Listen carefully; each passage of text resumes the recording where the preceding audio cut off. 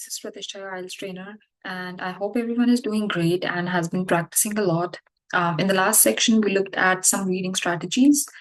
In this section, we'll focus a little bit more on your writing techniques.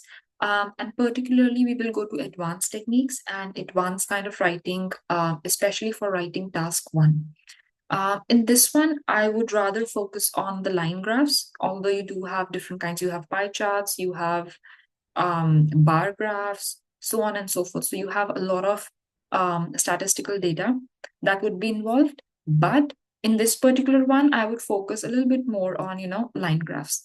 So with that being said, let me go ahead and share my screen. So in this section, as mentioned, we are going to talk about different techniques in data, in charts and diagrams, right? We'll practice structuring task one responses for clarity and coherence. We'll learn how to use a variety of sentence structures and vocabulary to enhance our writing. And we'll try to analyze some sample one responses, right? To identify how we can improve, where we can improve, and all of that. So first of all, the key feature is to understand the task one requirements. You need to summarize the information in graphs, charts, or diagrams, right? So that is something which is extremely important, right? So make sure you have a little bit of understanding of what charts are, what graphs are, and how diagrams work, right? You need to identify key trends, comparisons, and patterns in the data, right? So make sure that all the key trends and you are able to understand that what the graph is trying to say, what is the pattern in the data. And I would suggest write a 150 word response, so it can be somewhere around 130 to 150. Focus on clear and accurate description without giving a lot of personal opinions, right? So focus on that.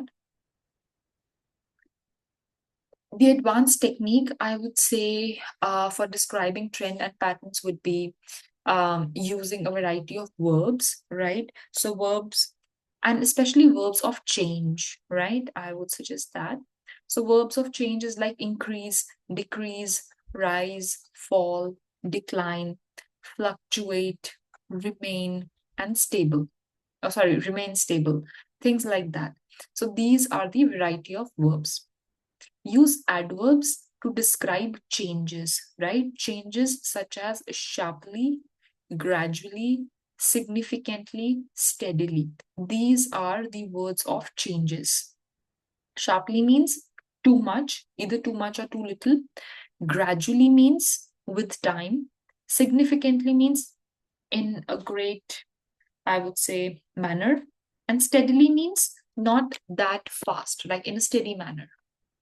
Compare data, highlight differences, right? You need to have a comparison. So make sure that you have differences and similarities aligned for you, and highlight key features. So focus on the most important trends or data points, right? So there should be more important trends, more important data points that should be there. How to structure a task one response. So again, you need to give a small introduction, right? So you will briefly paraphrase the task, what the task is, and describe what the graph or chart or the diagram shows. So just a small description of it.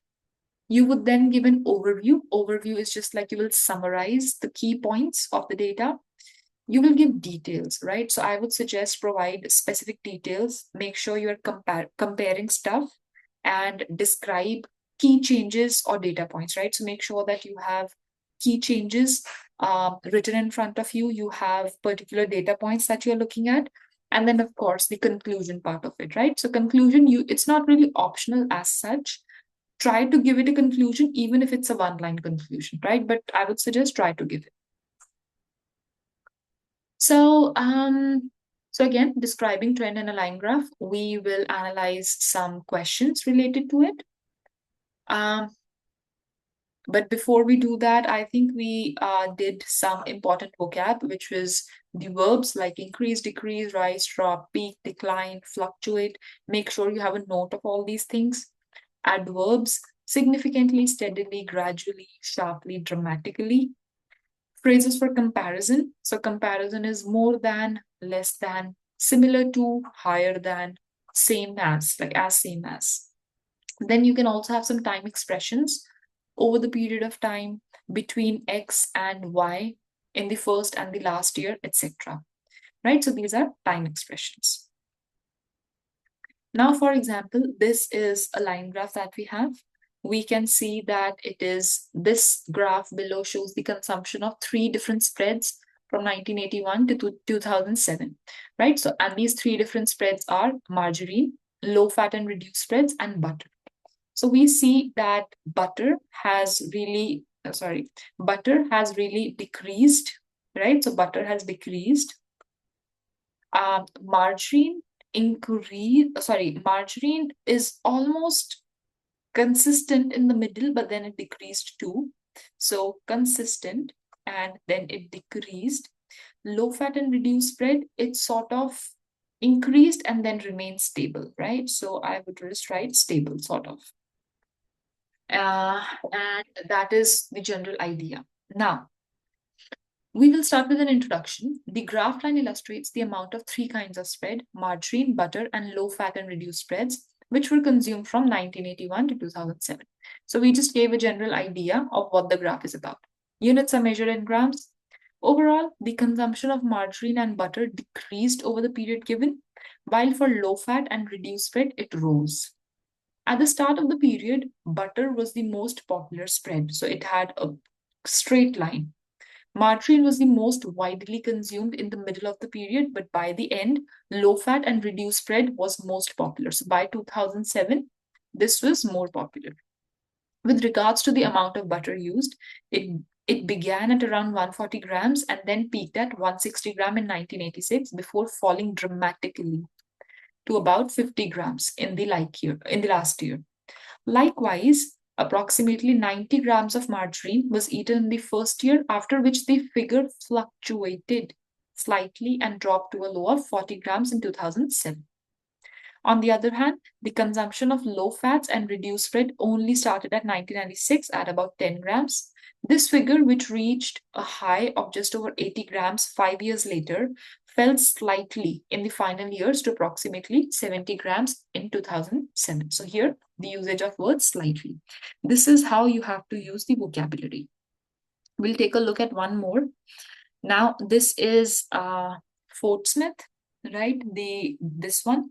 This is Adeline. This is, so Adeline is like straight bold line. Statlin is dotted line. Bardley is this black solid line, and Oxley is light gray solid line. So this is weekly hospital admission. And the graph below shows the hospital admission for 5 hospitals in European countries from 2004 to 2018. Right, you can see the varying trend. Some have increased, some have stayed stable. So this one, Adeline, if you see, has increased the most.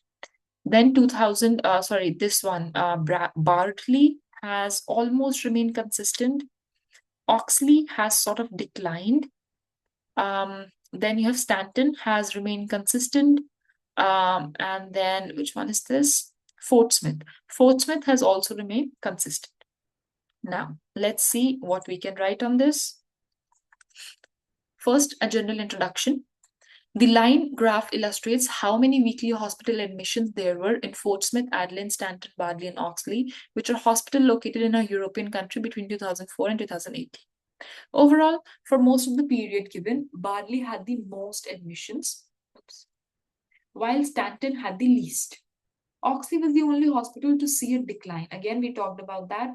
And Fort Smith was unique in that their admission figures remained relatively stable over the period. Admissions to all of the hospital increased during the years given. Admission to Oxley Hospital started at just 250 a week in 2004, but more than half the final year, just over 100 admissions. Fort Smith weekly hospital admissions fluctuated at around 200 for the whole period. On the other hand, the number of people admitted to Adeline Hospital rose dramatically from just over 100 in the first year to 250 by 2008. So dramatically, because it more than doubled. Likewise, Bardley also saw a rise from 200 to peak at over 250, the highest for any hospital. In terms of Stanton Hospital, only approximately 70 people were admitted in 2008, and this gradually climbed to slightly over 150 in 2018.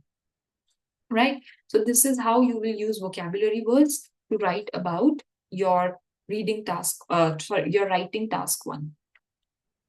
Then some common mistakes are, again, not summarizing the main trends. So you need to make sure that you're summarizing them, focusing on irrelevant details. So make sure you're not focusing on irrelevant details and only focusing on details that matter, which is the changes showed. Do not write any sort of personal opinion. It is very statistical. Only focus on stats and data. It's not asking for personal opinion.